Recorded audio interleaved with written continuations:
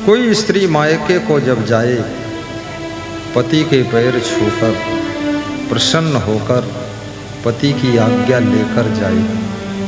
कल एक माता जी भजन गा रही थी, बहुत अच्छा भजन गा रही थी कि पति की आज्ञा लेकर जाना कहीं बाहर, ऐसा सुना रही थी। उसका भजन मैं पीछे से सुन रहा था, बहुत अच्छा लग रहा था। और युग चाहे जितना बदल जाए, दुनिया बदल जाए, लेकिन रिश्तों के जो नियम है, मर्यादा है, उसको टूटने मत देना। कुलहीन सेवा, गौ माता की भी सेवा करना, वृद्धाश्रम बनाने की जरूरत न पड़े। एक एक गाय को पाल लीजिए, दो दो गाय पालिए, भैंस भी पालिए, 2 गाय हो 4 भैंस हो, दूध बेचिए भी और दूध खाइए भी, और मेहमानों को भी दूध खिलाइए, और दूध का घी बनाइए और घी भी बेचिए।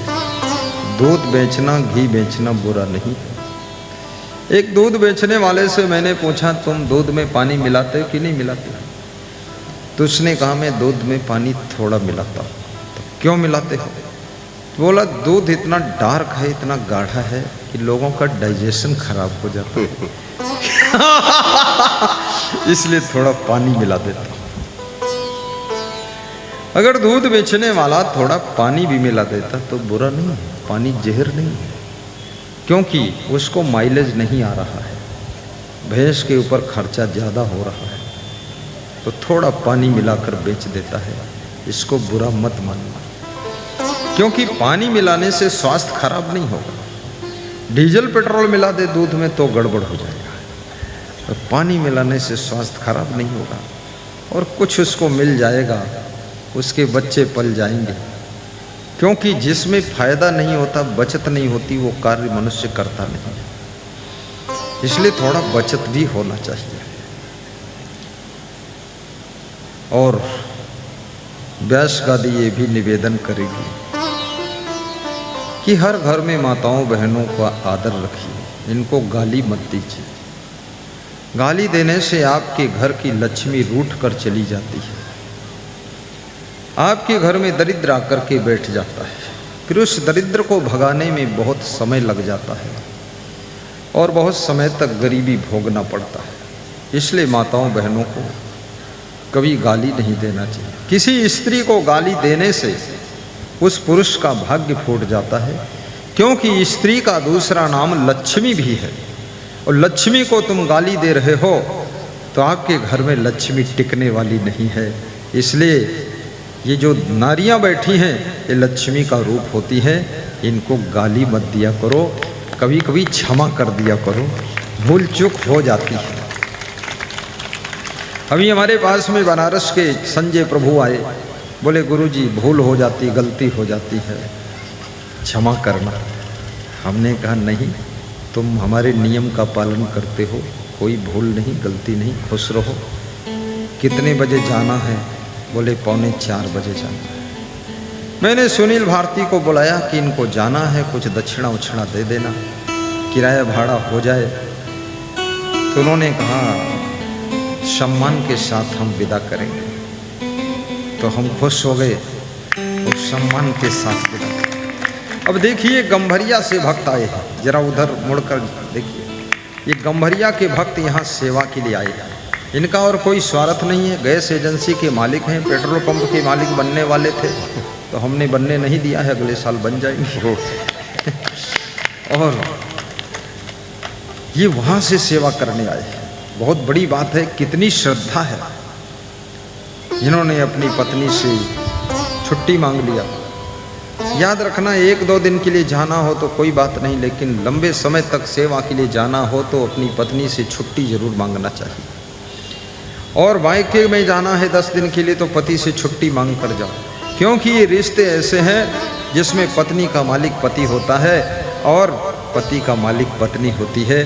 दोनों जीवन संगी होते हैं, एक दूसरे का अधिकार दोनों के हाथ में होता है। इसलिए दोनों को दोनों से छुट्टी लेकर ही जाना चाहिए, तो घर में किसी प्रकार की समस्या पैदा नहीं होती। छुट्टी लेना चाहिए।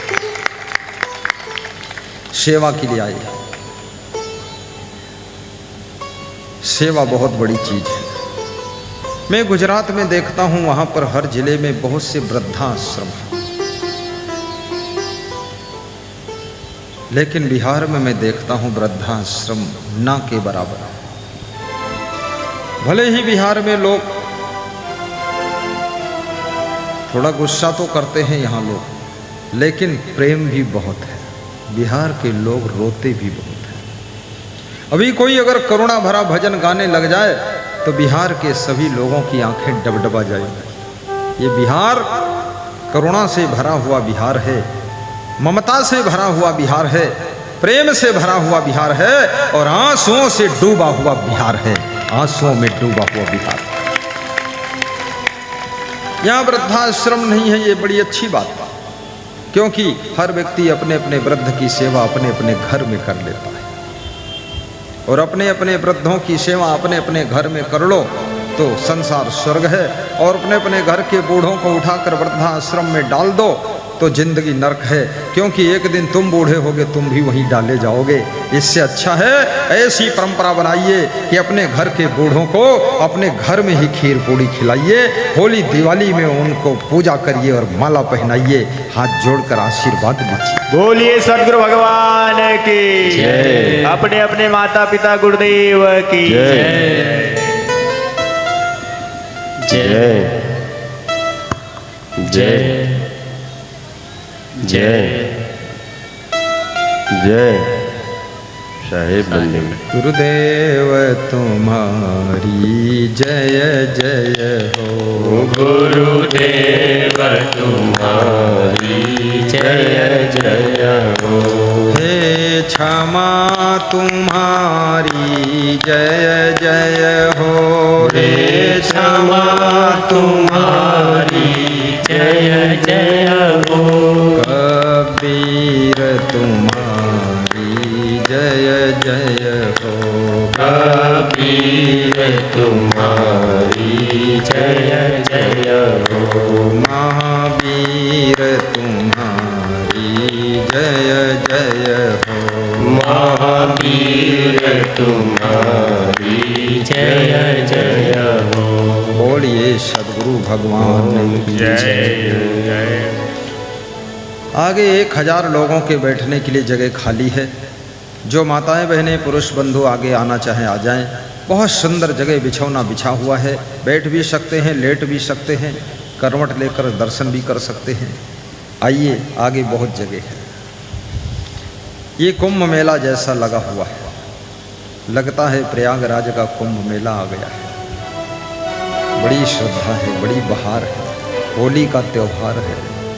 होली के उपलक्ष्य में ये आयोजन हो रहा है। अभी होली के बारे में भी बताऊंगा मैं। यहाँ कोई अगरबत्ती जला रहा है, कृपया अगरबत्ती बुझा दे। कहीं से अगरबत्ती की खुशबू आ रही है, जरा पता लगा लीजिए। जिसने अगरबत्ती जलाई हो बुझवा दीजिए। यहाँ कोई अगरबत्ती नहीं जलाएगा। यहाँ तो केवल प्रेम बत्ती जल रही है, ज्ञान बत्ती जल रही है, श्रद्धा की बत्ती जल रही है। यहाँ कोई और बत्ती की जरूरत ही नहीं है। सब बत्ती जिंदगी में बुझ जाना चाहिए, केवल ज्ञान की बत्ती जल जाना चाहिए, तो जिंदगी स्वर्ग हो जाएगी।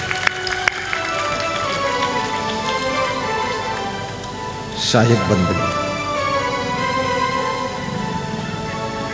किसी घर में एक नई नई बहू आती है। बहू पढ़ी लिखी थी, तो उसने अपने पति को ज्ञान देना शुरू कर दिया। 1 साल तक पति को ज्ञान कुछ हुआ नहीं, जैसा का तैसा रहा। लेकिन कहावत है, 100 बार फूंकने से गीली लकड़ी भी जल जाती है। तो बार बार ज्ञान दिया, बार बार समझाया कि अपने बूढ़े माता पिता को वृद्धाश्रम में छोड़ दीजिए। इनकी सेवा हम नहीं कर पाएंगे, इनको हम भोजन बनाकर नहीं खिला पाएंगे, और इनके हम कपड़े गंदे धो नहीं पाएंगे। इनको पहुंचा दीजिए वृद्धाश्रम। धीरे धीरे पति पत्नी के ज्ञान से प्रभावित हो गया और इतना प्रभावित हुआ कि एक दिन अपने माता पिता को गाड़ी में बिठाकर वृद्धाश्रम छोड़ने के लिए चला गया। जब वृद्धाश्रम छोड़ने के लिए गया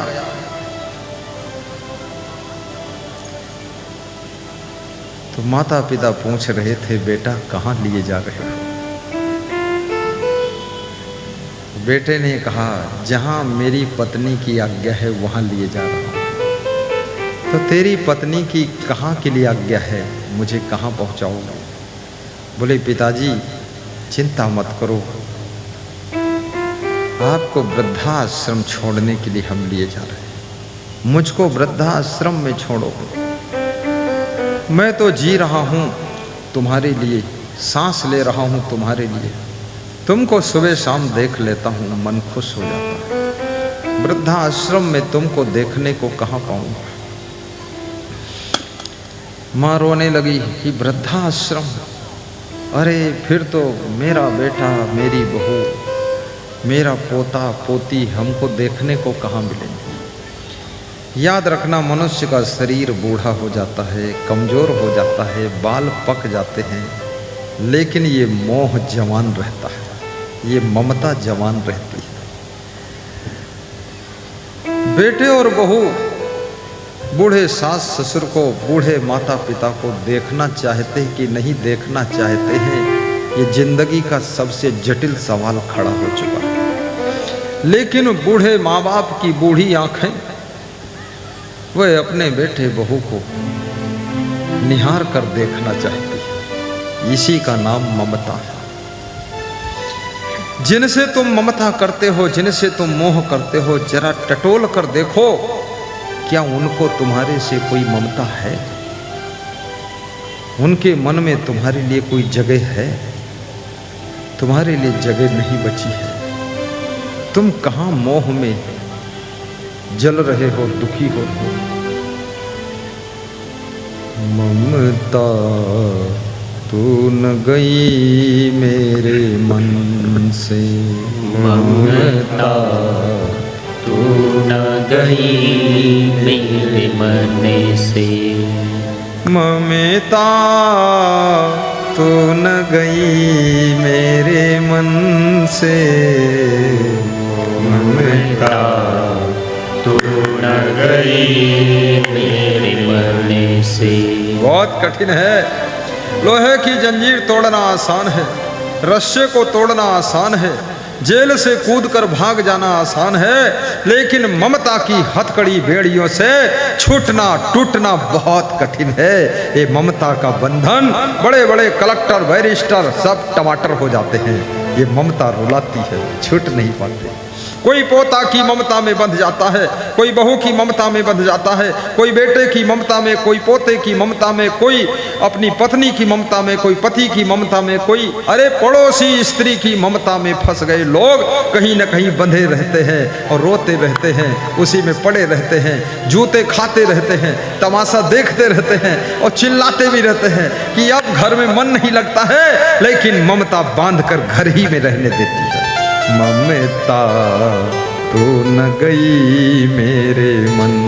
कितने लोग जोश खरोश में साधु बन गए और साधु बन करके कुटिया में आड़ में बैठकर रोते हैं, सिसक कर, घर की याद आ रही। अरे लंगोटी बांध दिया फिर भी घर की याद आ रही। और कितने लोग जोश में घर से भाग गए, बोले अब कभी नहीं आऊँगा, और उसके बाद ममता उनको लाकर फिर घर में बिठाती है, फिर वही रोते हैं बैठकर। ये ममता साधारण नहीं है। जो आसक्ति प्रबल होए जानत रोक न जाए, बहुत काल साधन करे होए सुबस्ताए।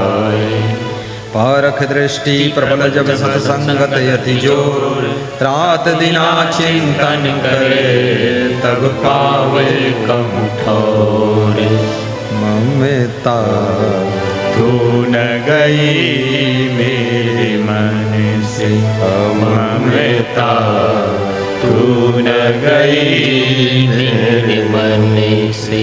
पाके बाल पाके केस जन्म के साथी पाके कैसे जन्म के साथी ज्योति गई नैनन से ज्योति गई नैनन से ममता तू न गई मेरे मन से ममता तू न गई मेरे मन से। गा दो और गा दो। तन था के करे कंपन लागे तन था के करे कंपन लागे लाज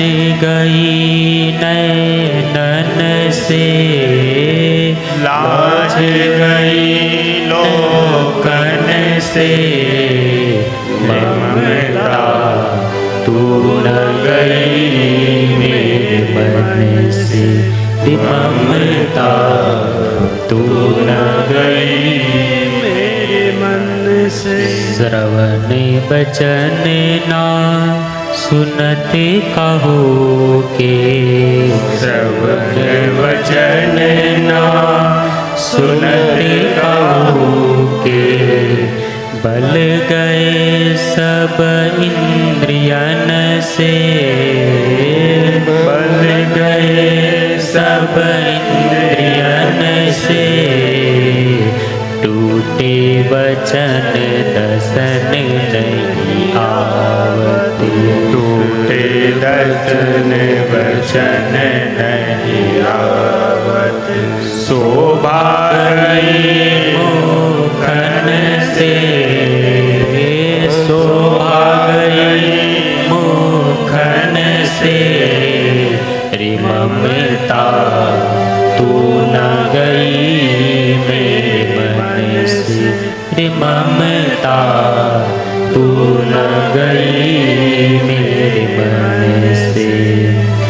कफवात पीते कठ पर बैठे कफवात पीते कठ पर बैठे सत ही बुलावते करते सत ही बुलावते करते भाई बंधु सब परम प्यारे भाई बंधु सब परम प्यारे नारी निकारते घर से नारी निकारते घर से ममता तू न गई मेरे मन से ममता तू न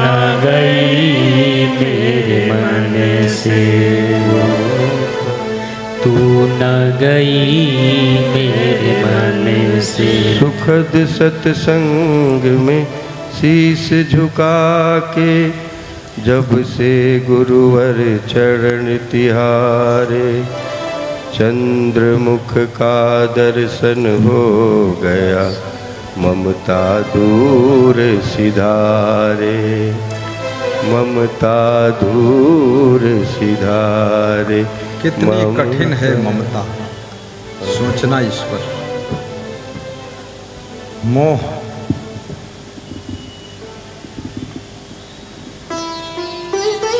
सकल व्याधिन कर मूला जहिते पुण्य उपजय बहु सूला।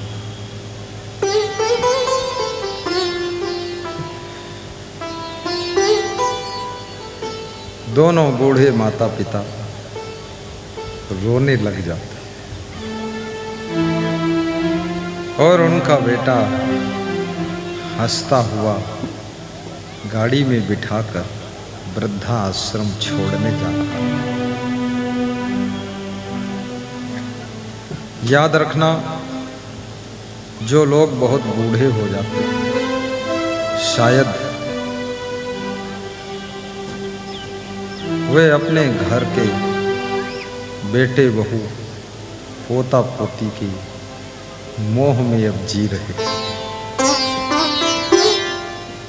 उनको देख लेते हैं, मन तसल्ली पा जाता है। लेकिन बेटे और बहू यदि कठोर हैं तो अपने घर के बूढ़े सास ससुर माता पिता को अपने आप से दूर कर देते हैं। समय निकालकर घर के बूढ़ों के पास थोड़ा बैठना,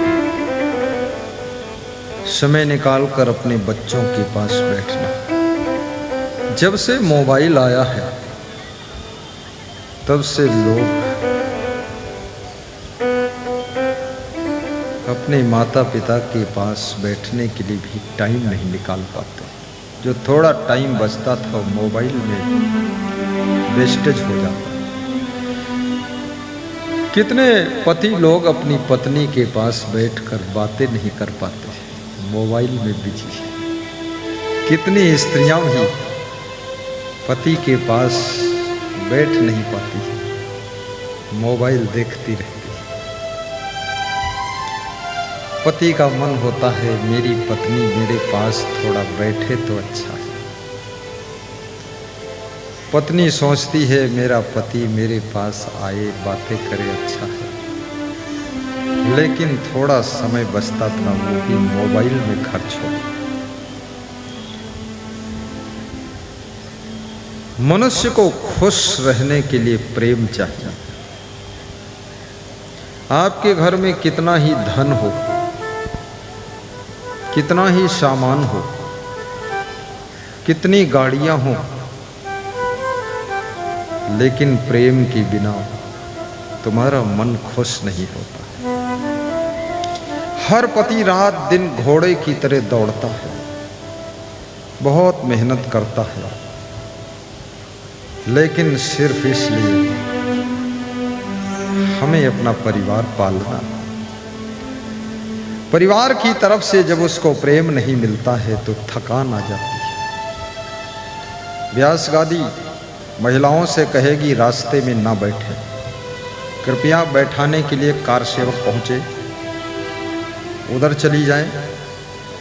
सत्संग को रोके मत, बिगाड़े मत, विवेक से काम करें। रास्ते में जो बैठी हैं उठें, जल्दी उठें, जल्दी उठ जाइए। सुनती क्यों नहीं हो, और सुनती हो तो मानती क्यों नहीं हो? चलो उठो उठो जल्दी। जब तक उठोगे नहीं सत्संग आगे बढ़ेगा नहीं। वहाँ पैर हिलाने से काम नहीं चलेगा, खुद उठ के जाना पड़ेगा। वहाँ हाले डोले से काम नहीं चलेगा। उधर चली जाओ, जल्दी जाओ, सब उठ के चली जाओ तो और दूसरे आएंगे इधर बैठ। जल्दी दौड़ के जाओ, धीरे धीरे क्यों चलती हो? छलांग मारो, कूदो, निकलो, जाओ। हाँ, थोड़ा छलांग वाला होना चाहिए। चलिए उठिए, रास्ते से उठा दीजिए और उठाइए। ये बिना विवेक के बैठती है सब। उठो उठो, जल्दी उठो, वहीं जाओ, वहीं उठाओ जाके। रास्ता जाम हो जाएगा, क्या कर रहे हो तुम लोग? आखिर मैं प्रवचन करूं कि मैं वहाँ उठाऊं तो तुम करो आकर। हटाओ इनको, जल्दी हटाओ, रास्ते में कोई नहीं बैठेगा।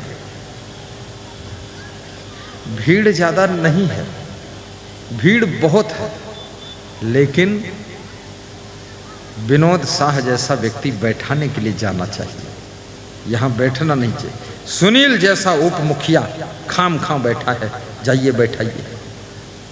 कोई मार्गदर्शन करने वाला तो होना चाहिए। और कौन है? घूमते रहो, सबको हाथ जोड़कर इधर ले करके आओ। रास्ते में कोई नहीं बैठेगा। बस ताली बजा दो एक बार।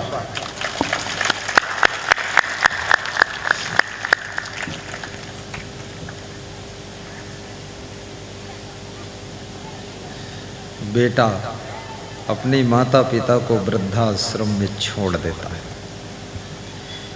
जब छोड़ता है तो माता पिता को बहुत दुख लगता है, और बेटा वापस लौटता है। जब वापस लौट रहा है तो रास्ते में उस बेटे की पत्नी का फोन आता है। हेलो, मैं बोल रही हूं।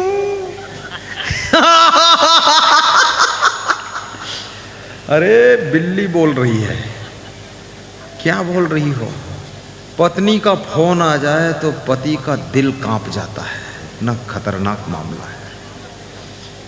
और कितनी स्त्रियों ने अपने पति को इतना धमका के रखा है कि माघ की ठंडी में भी पसीना छूटता है उसका।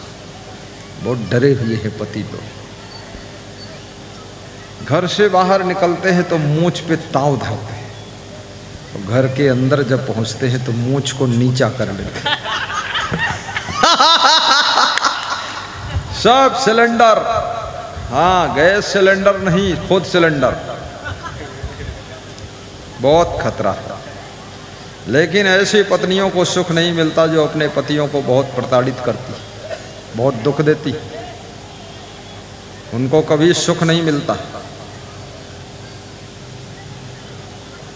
इसलिए पति को आदर के साथ रखना चाहिए।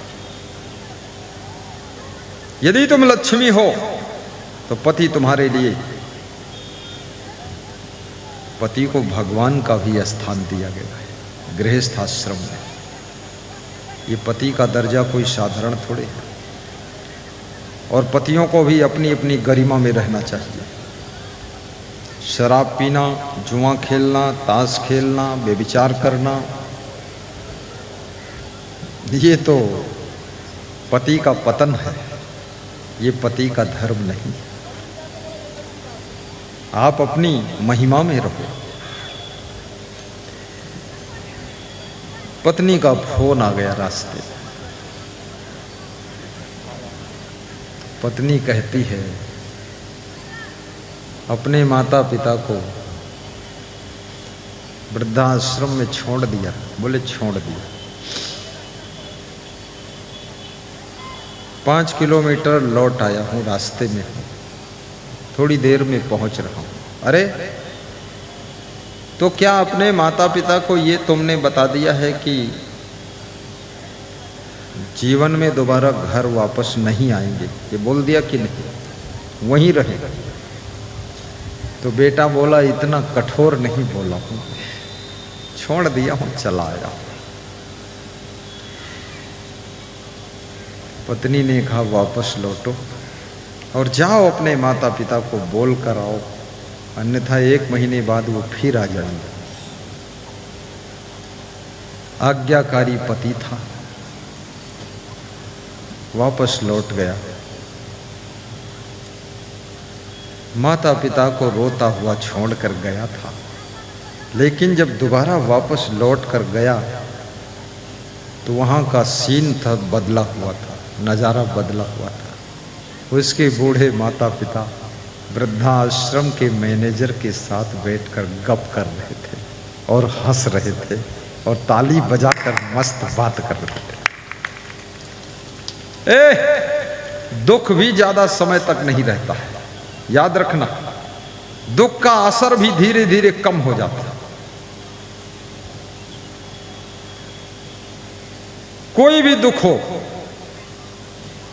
आज का ताजा दुख जो आज है कल हल्का होगा, परसों और हल्का होगा। तुम्हारे घर चोरी हो गई, उसका आज जो दुख है ये कल नहीं रहेगा।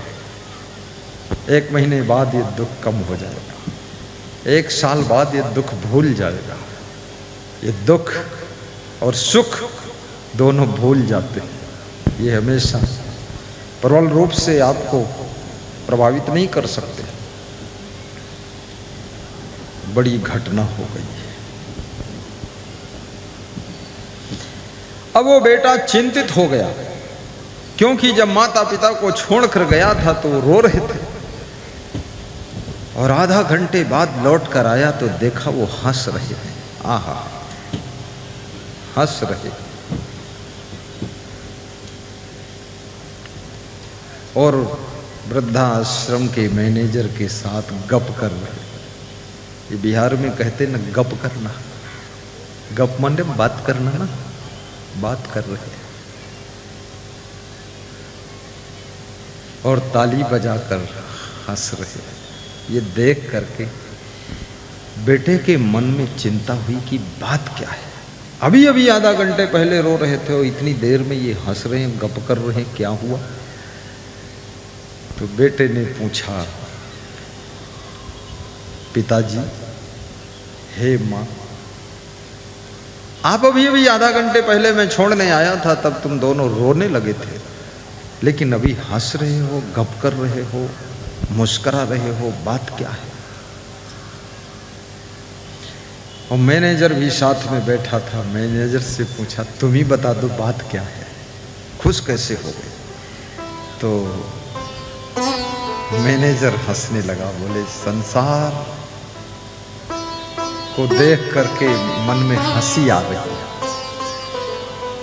क्योंकि ये तेरे जो माँ बाप हैं ये तेरे सगे माँ बाप नहीं, ये लगे माँ बाप हैं। बोले लगे और सगे क्या होते।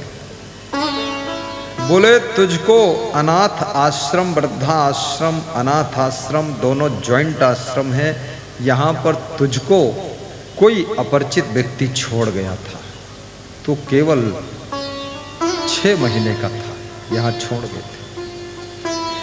और यही तेरे गार्जियन ये जो माँ बाप बनकर बैठे हैं, वृद्धाश्रम पर पड़े हैं, अनाथ आश्रम में, ये तुझको यहाँ से ले गए थे।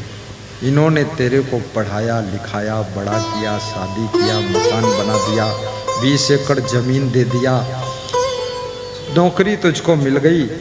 तो हम लोग ये बात कर रहे थे, इसी अनाथ वृद्धाश्रम से इस बालक को तुम लेकर गए थे और इस बालक को सनाथ बना दिया, इसको मकान भी दिया, इसको जमीन दिया, इसको पढ़ा लिखा कर नौकरी करा दिया, और इसी अनाथ वृद्धाश्रम में यही बेटा आपको यहाँ छोड़ने आया है, छोड़ गया है। इसलिए गप चल रही थी कि बड़ा नालायक संसार है, जिसको सनाथ बना दिया उसने हमको अनाथ बना दिया।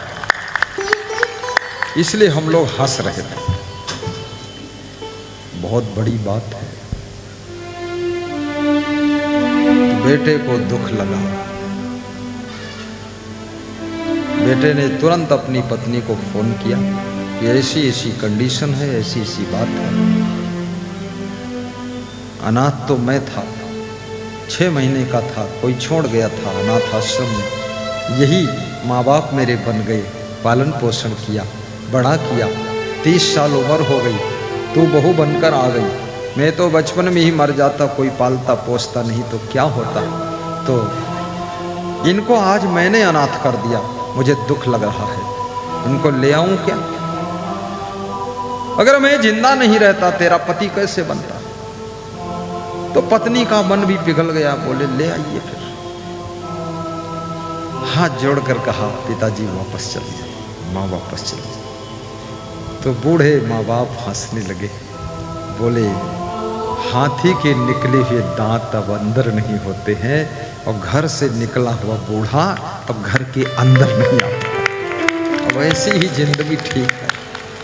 संसार का ज्ञान प्रवचन से नहीं हुआ, सत्संग से नहीं हुआ, रामायण भागवत से नहीं हुआ, लेकिन मेरी बहू ने मुझको पूर्ण ज्ञान करा दिया कि संसार क्या है।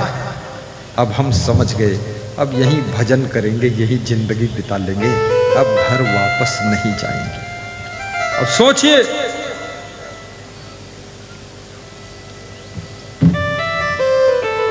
कितना बड़ा पाप लगेगा उनको जो अपने बूढ़े माँ बाप को, बूढ़े सास ससुर को इस तरह से सताते हैं, दुख देते हैं। व्यास गादी निवेदन करेगी, व्यास गादी निवेदन कर रही है, बूढ़ों का आदर करना, बूढ़ों का सम्मान करना। और बूढ़ों से भी व्यास गादी प्रार्थना करती है, बस एक पॉइंट सीख लेना कि अपने घर में कम बोलना, चिड़चिड़ चिड़चिड़ मत करना, और गुस्सा मत करना, संतोष करना, और बेटे बहुओं की प्रशंसा करना। अब ज्यादा तर्क वितर्क मत करना, नाराज मत होना, प्रसन्न रहना।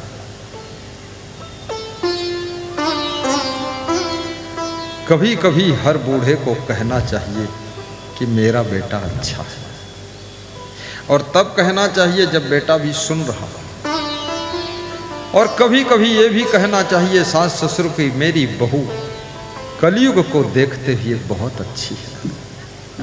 ये शब्द बेटे और बहू को चार्ज कर देंगे, सेवा करने के लिए शक्ति दे देंगे। याद रखना, हर व्यक्ति दो शब्द प्रशंसा के सुनना चाहता है, धन्यवाद के शब्द सुनना चाहता है। इसलिए बूढ़ों को धन्यवाद देना चाहिए और बूढ़ों को आशीर्वाद भी देना चाहिए और बूढ़ों को वाद विवाद नहीं करना चाहिए, घर को आह्लाद से भर देना चाहिए। बोलिए सद्गुरु भगवान की जय।